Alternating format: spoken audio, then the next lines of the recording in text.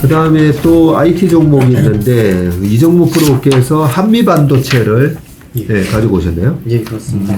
네, 이번 주 한미 반도체가 52주 신고가를 기록했습니다. 현대차증권의 그 광민정 애널리스트님의 리포트를 참고하였는데요. 리포트 제목은 챗 GPT가 끌고 스타링크가 밀고입니다. 이것도 또 챗 GPT 관련된 예, 주식이네. 맞습니다. 그래서 애널리스트 분께서는 이제 동사에 대한 투자 의견의 바이를 유지하였고 목표 주가를 기존 22,000원으로 유지하였습니다. 네. 시총은 전일 종가 기준 이제 2조 733억 원, 그리고 어제 종가 21,300원으로 마감했습니다. 시총이 그래도 2조나 넘는 좀 무거운 주식이라 그죠? 예, 맞습니다. 근데 차트만 지금 딱 봐도 2022년 초에 기록을 했던 고점을 훌러덩 벗기면서 이게 주봉인가요? 월봉인가요? 예. 보니까 주봉이다 그죠? 예, 맞습니다. 지난주하고 이번 주 시세가 완전 분출했네요. 15,000원, 6,000원에 있다가 큰 폭으로 지금 상승을 했는데 챗 GPT가 끌고 스타링크가 밀고 무슨 얘기인지 일단 얘기 한번 해주세요. 네, 알겠습니다. 일단 주요 이슈를 보시면 그 그림 1을 이제 참고하시면 될 것 같은데요. 이제 2022년 동사의 주요 고객사인 대만 OSAT 업체들이 전체 매출에서 차지하는 비중은 30.3%로 전년 대비 16.4% 감소하였습니다.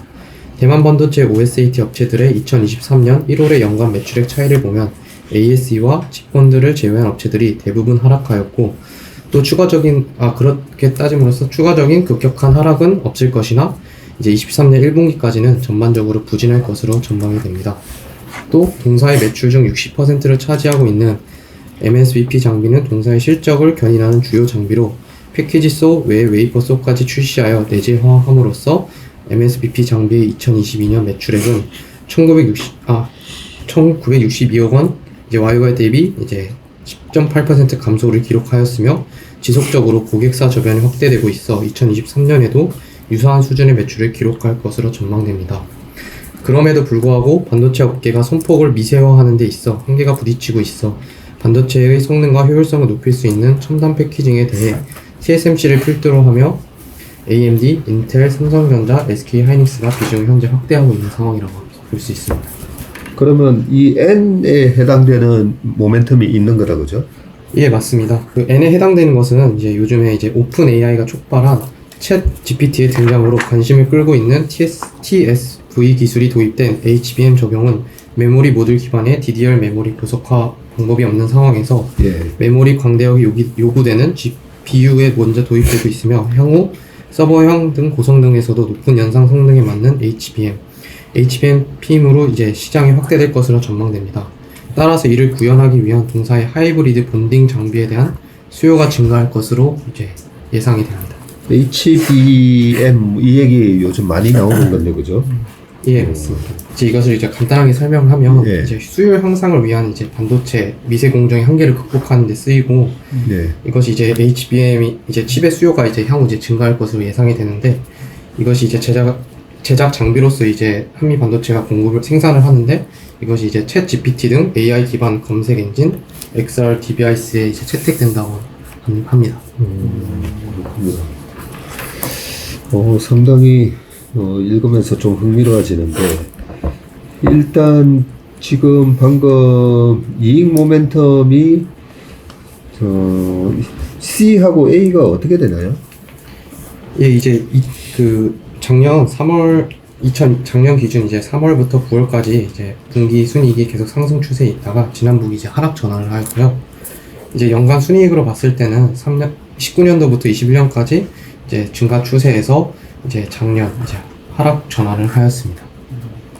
그러면 이 모멘텀 챗 GPT가 끌고 뭐 스타링크가 민다고 돼 있는데 지금 당장은 이 모멘텀이 없네요 지금은. 예, 맞습니다.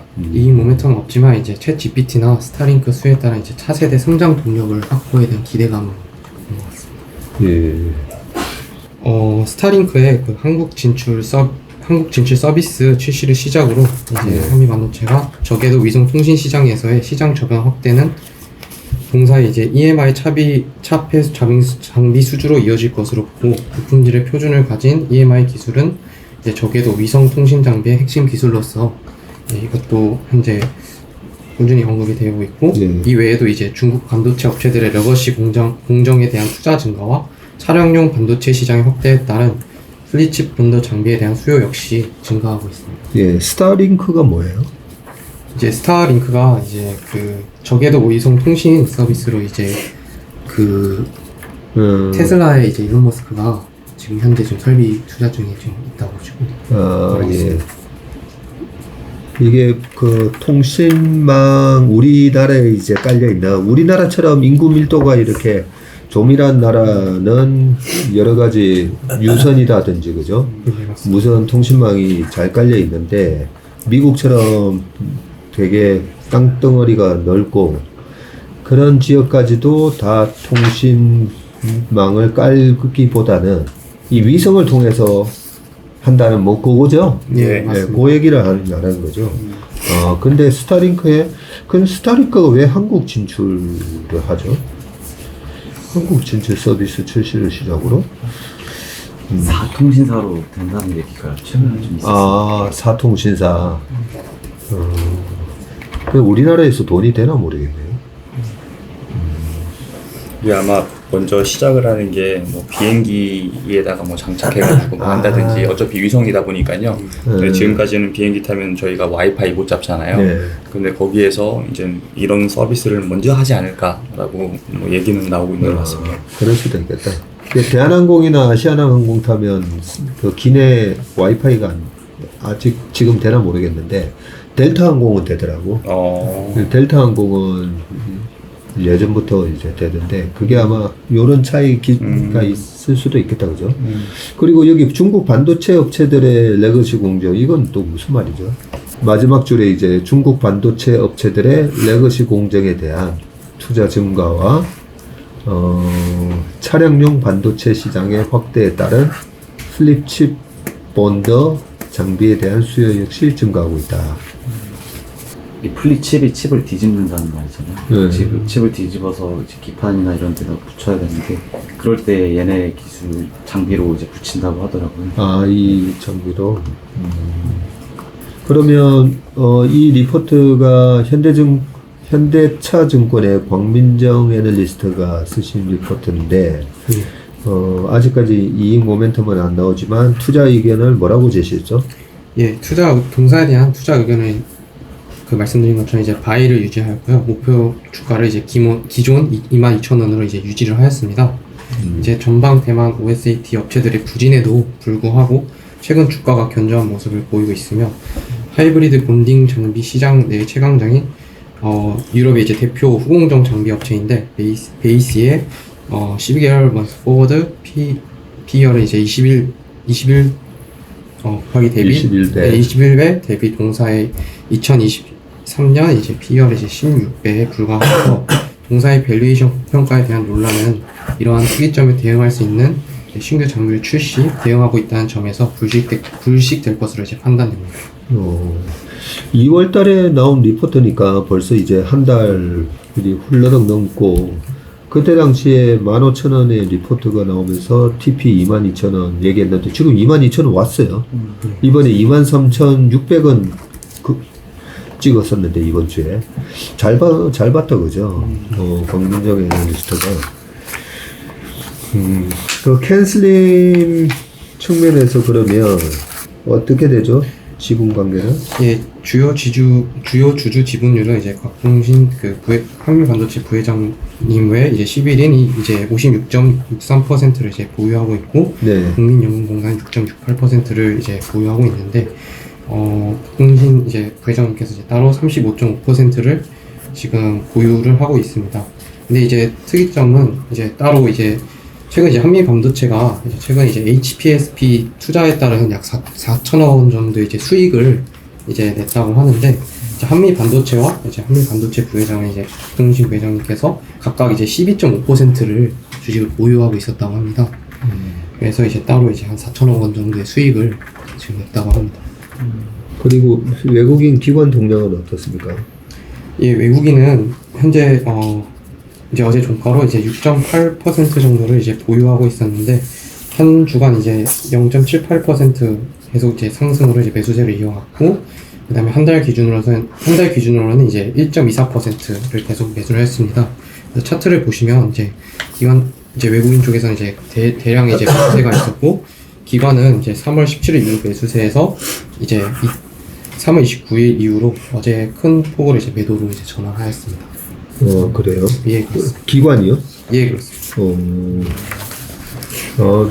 여기 차트 보니까 2023년 들어와가지고 기관들이 꽤 꾸준히 매수를 했습니다. 예. 보니까 기관 외국인이 동시 매수고 주요 주주 지분율이 일단은 특수관계인 지분이 56.6%나 많다라는 게 좀 의미가 있어 보이고 국민연금 합하면 63% 정도고 외국인 전체 지분율이 6.8%란 말이죠. 예, 맞습니다.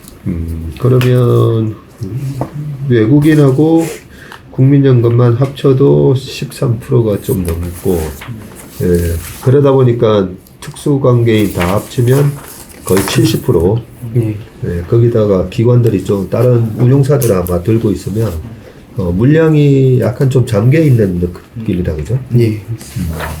잠겨 있다 보니까 약간 좋은 모멘텀이 나오니까 주가는 올랐는데 밸류에이션이 지금 PER이 몇 배죠? 20.7. 20.7배. 종가가 21,300원일 때 20.7배고 PBR이 4.3배로 조금 예. 부담스럽네요. 네, 맞습니다. PBR 밴드 차트가 있으면 좀 좋을 것 같은데 왜냐하면 이런 기업들이 어닝 모멘텀이 확실하게 확인되기 전에는 그죠? 과거에 이 어떤 성장 스토리 때문에 PBR 밴드에서 또 혹시나 지금이 고점인지 확인을 좀 해보고 싶은데 PBR이 일단은 4.3배로 좀 싸지는 않습니다. 그죠? 그러면 시장의 방향 M 차원에서는 어때요? 예, 이제 최근에 이제 우리나라 정부에서 이제 대기업 반도체 세액 공제 최대 25%까지 이제 상승한다는 그런 K-칩스법이 이제 나올 정도로 이제 반도체 관련 경기 사이클이 올해 2분기를 시작으로 이제 서서히 반등할 전망으로 예상되는데 경기 회복이 확인되면 그런 이제 그 인공지능 AI 활성화에 따른 그런 반도체 수요 확대가 굉장히 기대감이 있을 것으로 예상이 됩니다.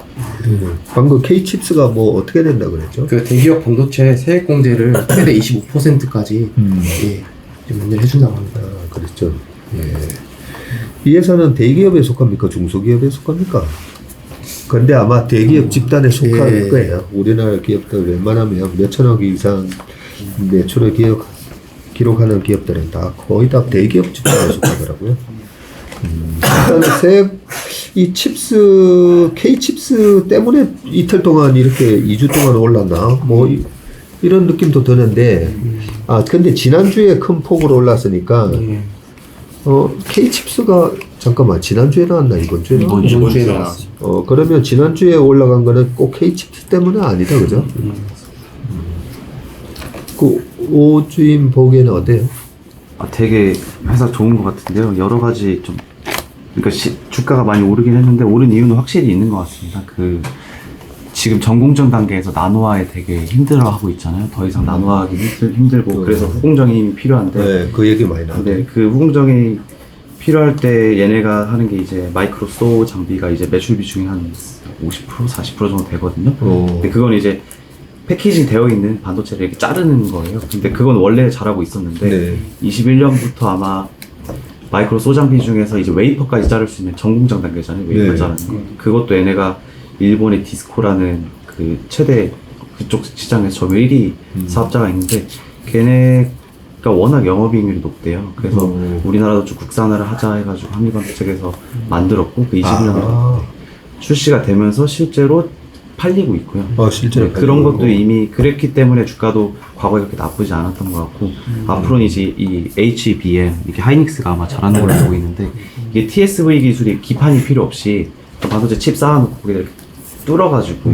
원래는 이렇게 I/O 다이를 해가지고 이렇게 다 연결했었거든요. 본딩을 해가지고 이제 그 기술이 필요가 없고 필요는 하지만 이제 이게 워낙 연산이 빨라야 되기 때문에 그 여기 챗 GPT에 들어가는 서버 쪽은 이 TSV도 해야 된다라고 하더라고요. 그러니까 확실한 모멘텀을 있고 이 시장에서 바라는 건 이제 데이터 센터 수요나 이런 쪽으로 빅테크 기업들의 투자가 얼마나 활발하게 일어날지 그걸 좀 봐야 될 것 같습니다.